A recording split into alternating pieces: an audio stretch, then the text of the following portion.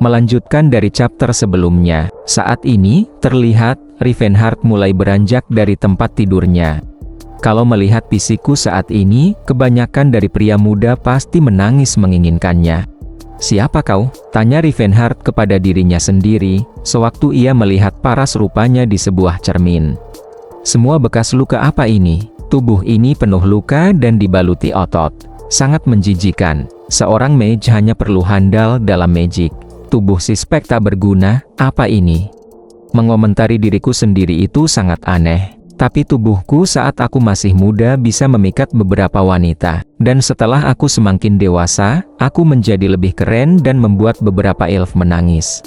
Ada apa dengan wajah bodoh ini? Hilang kemana wajahku yang seperti patung? Sekarang tubuhku yang lebih mirip patung. Apa yang terjadi? Apa artefak spell time space regresiku gagal? Apa itu sebabnya aku berada di dalam tubuh seorang pria yang tidak dikenal? Kalau begitu, berarti ini mungkin bukan masa lalu. Apa aku ada di masa kini dan malah berganti dengan jiwa tubuh ini? Alis mata coklat dan tebal ini, mata yang terlihat sangat gigih. Dan mulut yang keras ini. Jika tubuh atasku membesar dari ini dan wajahku tumbuh rambut, berarti tubuh ini adalah sang Indomitable Martial King, Teslon, ucap Rivenhart, yang awalnya banyak keluhan tentang fisiknya, dan akhirnya ia baru menyadari bahwa fisiknya tersebut adalah milik sang Martial King Teslon. Di saat Rivenhart baru menyadari siapa sosok dirinya, tiba-tiba terdengar suara teriakan yang memanggil nama Teslon dari luar rumahnya. "Matahari sedang tinggi di atas langit. Apa yang kau lakukan di sini? Kenapa kau tidak keluar?" ucap seorang pria tua, yang berperawakan sangar, dengan tubuh penuh otot, juga tinggi dan besar. "Ayo kita menjalani hari yang bagus lagi hari ini," lanjut ucap pria sangar itu ke Rivenhart, dengan ekspresi gembiranya. Rivenhart sangat gugup, karena Rivenhart berpikir, orang itu bagaikan monster. Rivenhart pun mencoba bertanya, Siapa kau?" tanya Rivenhart dengan nada yang bergetar karena ketakutan. "Hah? Kenapa kau menatapku seolah ini baru pertama kali kau melihatku?" sahut Pak Tua Sangar itu, balik bertanya ke Rivenhart, yang saat ini tubuh tersebut sudah berganti jiwa, yang telah ditempati Rivenhart. "Aku bertanya karena aku benar-benar tidak tahu," sahut Rivenhart dengan gugupnya, karena diperhatikan oleh Pak Tua Sangar itu. Cih, Teslon, bukankah kau sudah 2 kali menggunakan amnesia sebagai alasan? Aku yakin kau pasti tahu alasan ini tidak bisa bekerja lagi." Setelah Pak Tua Sangar tersebut berbicara seperti itu, tiba-tiba, ia langsung mencengkram kepala Rivenhart dengan tangannya yang besar. "Sekarang ayo pergi ke area pelatihan," lanjut ucap Pak Tua Sangar, sembari menyeret Rivenhart bersamanya. Mendengar kata pelatihan, sontak saja itu membuat Rivenhart yang saat ini regresi sebagai Teslon, menjadi sangat panik. Di dalam benaknya ia berpikir, setelah ia melihat situasinya, tampaknya, orang tua ini adalah gurunya Teslon. Orang tua sangar ini adalah sang martial artist terkuat di kontinen sepanjang sejarah umat manusia saat ini. Dia, sang Martial King, Gerard Kromprotas. Sesaat kemudian, terlihat tubuh Rivenhart yang sekarang sudah terikat dengan sangat erat pada sebuah pohon. "Tunggu sebentar Pak Tua, bisakah kau dengarkan aku dulu?" ucap Rivenhart dengan sangat panik ke sang Master Martial King Gerard. "Diam, kau sangat cerewet hari ini," sahut Pak Tua, sang Master Martial King Gerard, sembari menutup mulut muridnya itu. Lalu Pak Tua Sangar itu mengambil sebatang bambu yang sudah tersedia di sana. "Baiklah, ayo kita mulai latihannya," ucap Pak Tua Gerard ke Rivenhart. Melihat hal itu, Rivenhart pun menjadi semakin panik, karena melihat sang Master Martial King tersebut telah memegang sebatang bambu di tangannya. Di saat itu, Rivenhart mau menjerit pun sudah tidak bisa, karena mulutnya telah ditutup. Akhirnya, batang bambu yang dipegang sang Master Gerard telah melayang menyasar tubuh kekar Rivenhart. Merasakan rasa sakit yang sangat luar biasa, itu membuat Rivenhart sampai-sampai meneteskan air matanya. "Apa yang terjadi?" gumam Rivenhart, tidak mengerti dengan situasi yang dialaminya. Sembari memanglingkan wajahnya, sang Master Martial King Gerard terus memukuli tubuh kokoh Rivenhart secara bertubi-tubi. Saking sakitnya pukulan dari sang master, itu sampai membuat Rivenhart mengingat kembali kekasih lamanya yaitu Siris sang High Elf, dan beranggapan begitulah akhir hidupnya. Di benaknya sang Master Gerard, ia berpikir bahwa tangan muridnya itu, yang sebelumnya sempat ia rasakan, terasa agak aneh, karena lebih lembut daripada biasanya. Lalu, di pikiran sang Master Gerard, ia sempat berpikir apakah muridnya itu memang benar mengalami amnesia. Tetapi pemikiran itu ditepisnya sendiri, dia berkata di dalam benaknya lagi, bahwa marshal klan kita, Jim Unbreakable, itu sangat keras, karena ciri khas pelatihan kita itu sederhana, bodoh, dan berlebihan. Jadi sudah umum kalau muridnya menderita kehilangan ingatan jangka pendek. Sang master dulunya juga pernah kehilangan ingatannya saat dilatih. Ya, itu bukan masalah besar. Jadi solusinya sederhana, gumam lagi sang master, dibarengi dengan senyumannya yang penuh makna. Kau akan lebih baik setelah dihajar, ucap sang master ke Rivenhart, sembari memukulinya dengan lebih keras daripada sebelumnya. Saking sakitnya, itu membuat Rivenhart di dalam benaknya berteriak meminta tolong kepada siapapun yang melihat kejadian itu. Alasan manusia menggunakan senjata adalah karena mereka lemah. Mereka memiliki fisik yang lemah, jadi bukankah itu alasan mereka bergantung pada armor dan senjata? Ucap lagi sang Master Gerard sembari terus memukuli tubuh Teslon alias Rivenhart. Mendengar perkataan tersebut, di dalam benaknya Rivenhart berkata, "Kenapa kau menyebut manusia bodoh karena menggunakan alat?" Seakan memahami isi hati sang murid, sang Master Gerard berkata ke muridnya sambil berteriak. Ia mengatakan, "Itu hanya alasan. Itu adalah aib bagi orang yang bisa melampaui kelemahan mereka." Martial artist itu berlatih untuk melampaui kelemahan mereka. Mendengar lagi ucapan Master Gerard, itu membuat Rivenhart berpikir bahwa ia baru pertama kali ini mendengar logika yang begitu sederhana dan bodoh seumur hidupnya. Manusia sama seperti baja, semakin kita menghajar manusia, semakin kuat mereka. Tepat seperti baja, lanjut ucap Master Gerard, sembari terlihat kedua batang bambu yang ada di tangannya sudah pada hancur. Di dalam benaknya Rivenhart, ia merasa sangat kesal atas argumen masternya itu. "Kau adalah murid yang kupilih. Percaya padaku, kau tidak memiliki batas fisik. Kau bisa menjadi baja," ucap lagi sang master ke muridnya, sembari mengambil sebatang bambu yang baru. Melihat kembali hal tersebut, itu membuat Rivenhart menjadi sangat ketakutan. Teslon, tidak semua orang bisa menjadi lebih kuat dengan berlatih. Sama seperti besi yang berkualitas tinggi bisa menjadi sebuah baja, hanya beberapa orang yang terpilih yang bisa memiliki fisik bagai baja.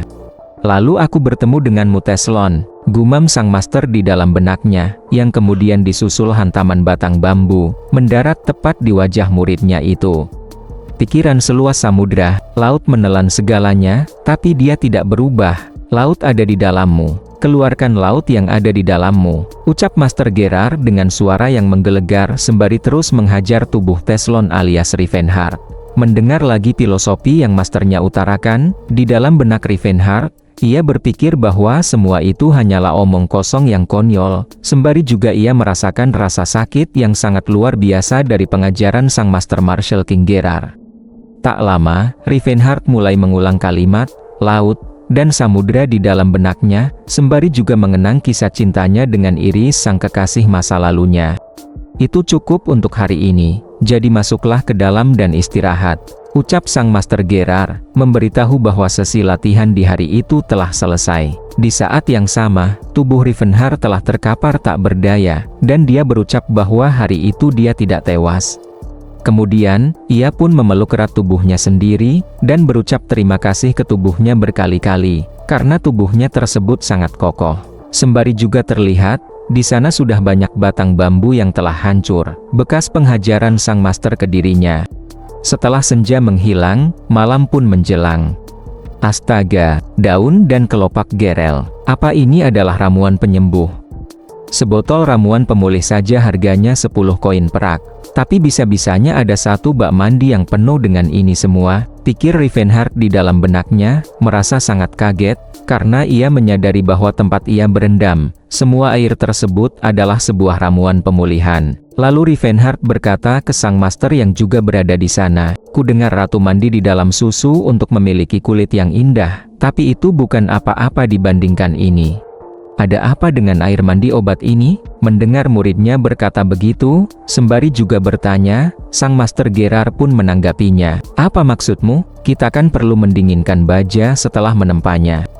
Mendengar tanggapan dari sang master, di dalam benak Rivenhart ia kembali berpikir. Setelah melatih seluruh sistem muskuloskeletal, sampai hampir tewas, aku pulih dengan cepat menggunakan kekuatan aura dan ramuan pemulih. Dengan begini, tubuhku akan pulih sebelum sempat sakit dan akan menjadi lebih kuat. Itu berarti metode latihan ini tidak sepenuhnya gila. Aku pernah melawan Teslon secara langsung, jadi aku tahu betapa kokohnya tubuh dia. Aku yakin Teslon berkali-kali melakukan latihan ini semenjak dia masih kecil. Tetapi, ini semua hanyalah masa lalu.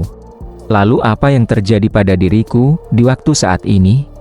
Apakah Rivenhart muda ada? Bisakah 2 jam yang sama ada dalam satu dimensi waktu dan ruang? Kalau memang bisa, maka aku dapat menyusun 2 hipotesis. Pertama, Rivenhart di masa depan dan aku, yang di dalam tubuh Teslon, hidup bersamaan dengan Rivenhart muda. Kedua, di dalam tubuh Rivenhart muda adalah jiwa, Marshal King Teslon. Begitulah yang Rivenhart simpulkan tentang apa yang terjadi dengan regresinya. Dan kemudian, di waktu yang lain, terlihat sang Master Gerard telah membawakan Rivenhart setumpuk potongan daging yang besar. Makan semua ini, ucap sang Master Gerard, memerintah muridnya itu. Rivenhart pun melaksanakan perintah dari masternya. Ia berusaha menghabiskan semua daging tersebut. Sembari melihat muridnya makan, dengan sangat senang sang master juga berkata, tubuh yang digunakan untuk bekerja keras harus dipenuhi dengan nutrisinya. Setelah itu, terlihat sang master melatih Rivenhart dengan cara mendaki gunung dengan medan yang sangat curam sambil membawa sebuah beban yang sangat berat. Sekarang lakukan lari-lari kecil agar makanannya tercerna, ucap sang master. Hei muridku, apa kau lelah? Atau mungkin kita lanjutkan besok pagi saja, ucap lagi sang Master Gerard, bertanya ke Rivenhart. Dengan tegas Rivenhart menjawab bahwa itu tidak perlu, sembari terlihat saat itu Rivenhart sedang melakukan latihan mengangkat beban sambil push up. Dengan pengawasan dari sang Master Gerard, Rivenhart pun terus melakukan latihannya dengan sangat keras. Sial, sampai kapan aku harus melalui latihan kejam ini? Gumam Rivenhart di dalam benaknya. Hari yang berat itu berlalu dengan sangat cepat. Terlihat Rivenhart sedang berbaring di kasurnya dengan kondisi tubuh yang sangat lelah. Di dalam keterpurukannya itu, ia berpikir kembali, aku berinkarnasi menjadi Teslon di masa lalu. Kira-kira apa yang menyebabkan hal ini bisa terjadi? Kalau kasusnya diriku ada seperti di masa sebelumnya, apa yang akan terjadi jika 2 jiwa tersebut bertemu?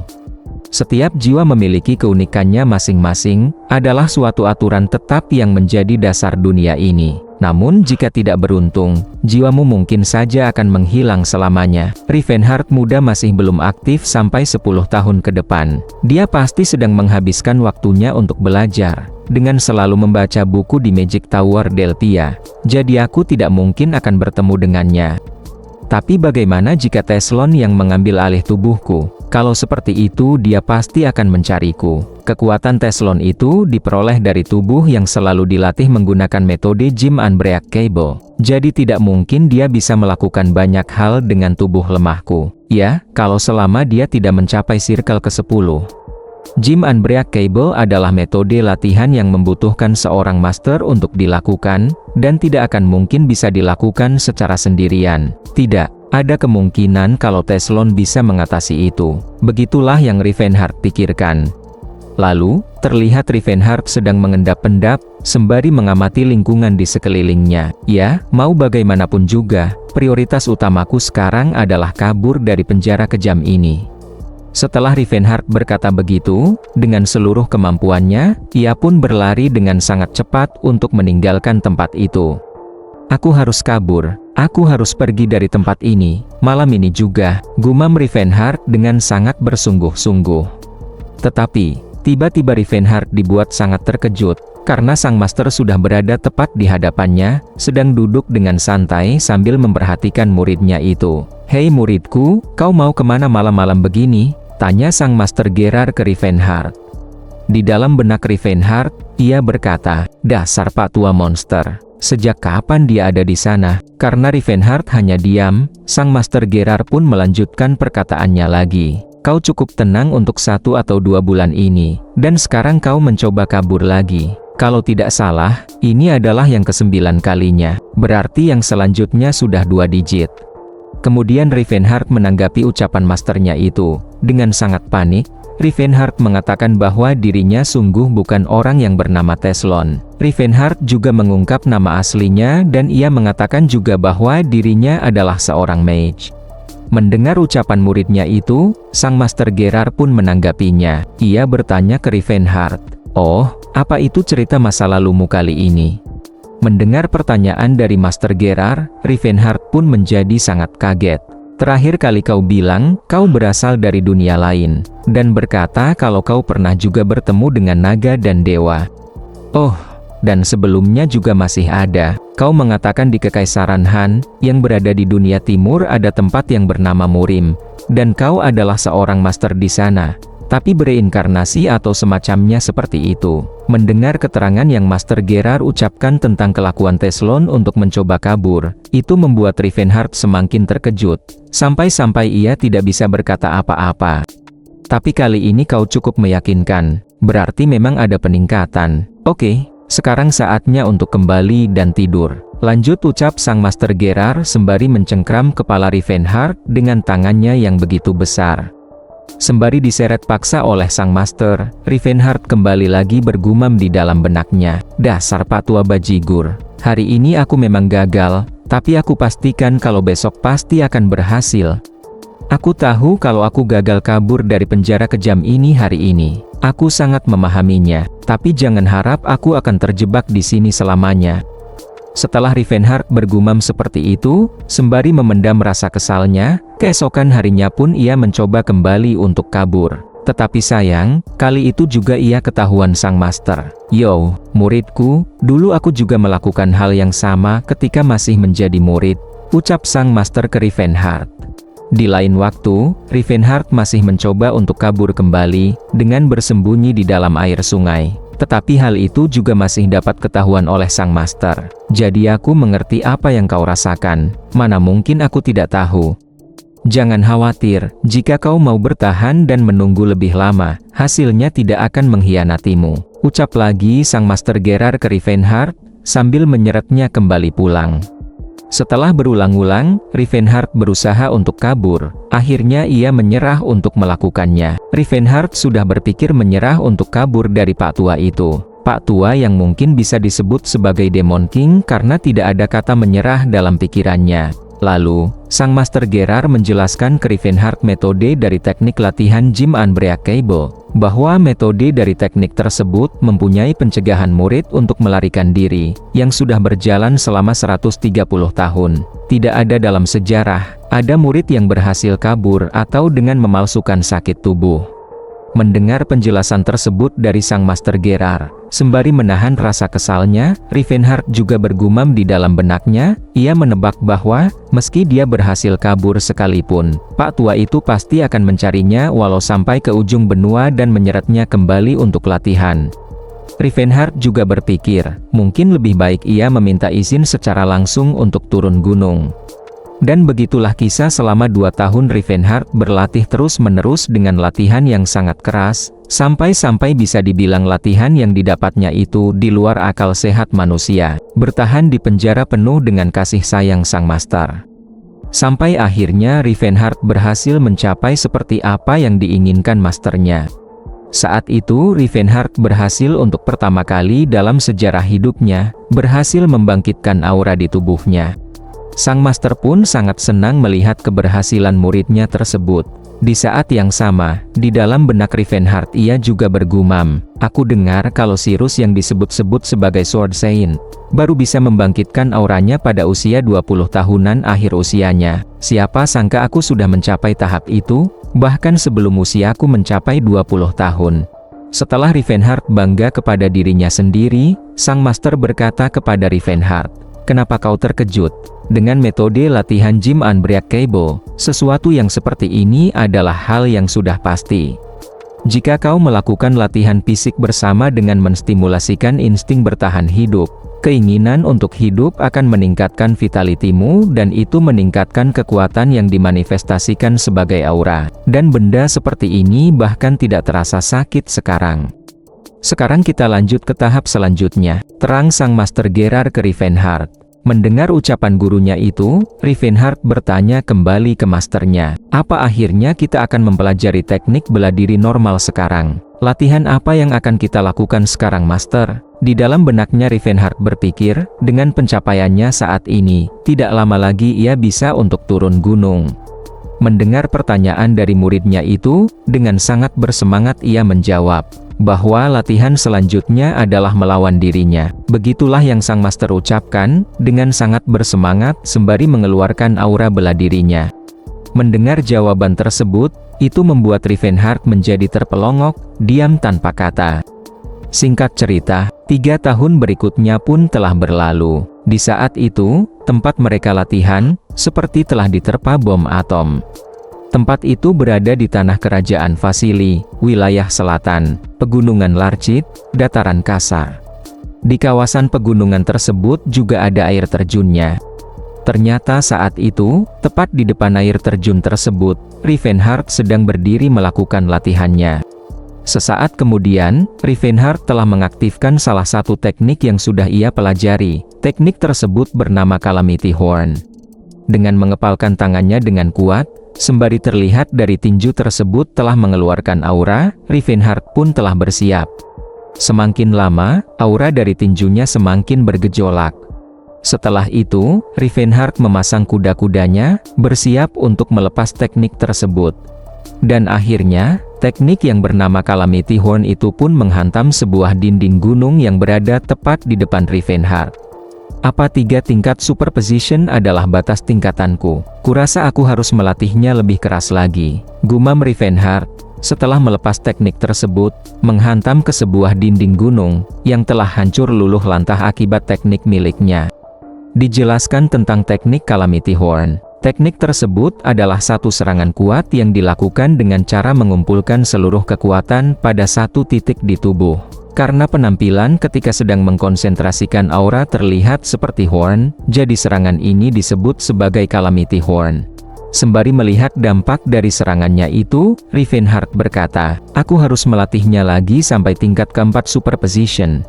Tahap akhir dari Calamity Horn adalah tingkat ke-9 superposition. Pada tahap itu suatu pukulan akan membuat 9 gelombang yang bahkan dikatakan bisa menghabisi dewa. Tapi Teslon, yang aku tahu hanya bisa mencapai tingkat ke-7 superposition, dan Master Gerard hanya bisa mencapai tingkat ke-8 superposition.